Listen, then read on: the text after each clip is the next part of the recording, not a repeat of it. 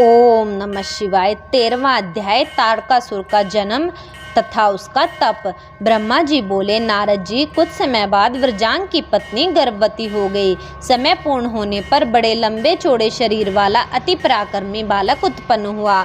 उसके जन्म के समय सारे संसार में बड़े उपद्रव हुए। भयंकर गर्जना के साथ बिजलियां गिरने लगी, भूकंप आने लगे, पहाड़ कांपने लगे, नदी सरोवर आदि का जल उछलने लगा। बड़े जोर की आंधी हुंकार शब्द करती हुई चल पड़ी। सूर्य को राहु का ग्रास हुआ, इत्यादि अनेकों उपद्रव होने लगे। कश्यप ऋषि ने उसका तारक नाम रखा। वह तारकासुर अत्यंत शीघ्रता के साथ वृजांग के घर पलने लगा।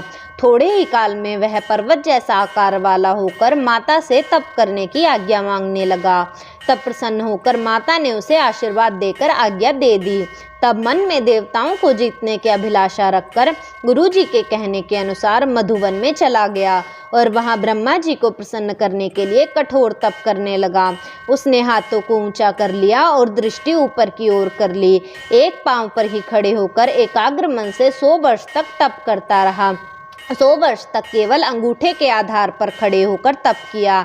इसी प्रकार 100 वर्ष जलाहार से एवं 100 वर्ष वायु के आहार से उसने तप किया और 100 वर्ष जल में, 100 वर्ष थल में, 100 वर्ष अग्नि में ठहर कर किया। फिर 100 वर्ष पृथ्वी पर हथेली धारण करके, 100 वर्ष की वृक्ष शाखा पकड़कर, इसी प्रकार और भी अनेकों दुख सह सहकर तप करता रहा। तब तो शरीर से बड़ा तेज निकलने लगा। उससे तो देवलोक भी जलने लग गए। यह देखकर देवता घबरा गए। फिर मैं स्वयं तारकासुर के पास गया और उससे वर मांगने के लिए कहा। तारकासुर ने सुनकर प्रणाम किया और बोला, हे भगवान, मुझे वरदान देते हैं तो पहला यह वर दे कि आपके रचे हुए संसार में मेरे समान तेजवान व बलवान कोई न हो। दूसरा यह कि भगवान शंकर के वीर्य से जो बालक उत्पन्न हो, उसी के ही चलाए हुए शस्त्र से मेरी मृत्यु हो और किसी प्रकार भी मेरी मृत्यु ना हो। ब्रह्मा जी ने तथास्तु कह दिया और फिर अपने लोक में चले गए।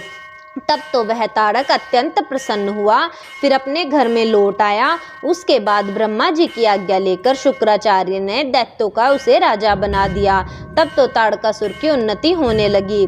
तीनों लोकों का राजा बनने की चाहना से सबको दंड देता हुआ देवताओं को भी पीड़ित करने लगा। इंद्र ने डरकर ऐरावत हाथी, अपना खजाना, सफेद रंग के 9 घोड़े दे दिए। ऋषियों ने डर के मारे कामधेनु एवं सूर्य ने उच्च श्रवा तथा अन्य देवता लोगों ने भी अपनी अपनी प्रिय अनेकों वस्तुएं दे दी। फिर उस दैत्यराज ने त्रिलोकी में से ढूंढ ढूंढ कर उत्तम उत्तम वस्तुएं निकाल ली। समुद्र ने तो डर के मारे अमूल्य रत्न दे दिए। पृथ्वी इसकी प्रजा के हित परिश्रम के बिना ही अनेकों अन्न आदि उत्पन्न करने लग गई।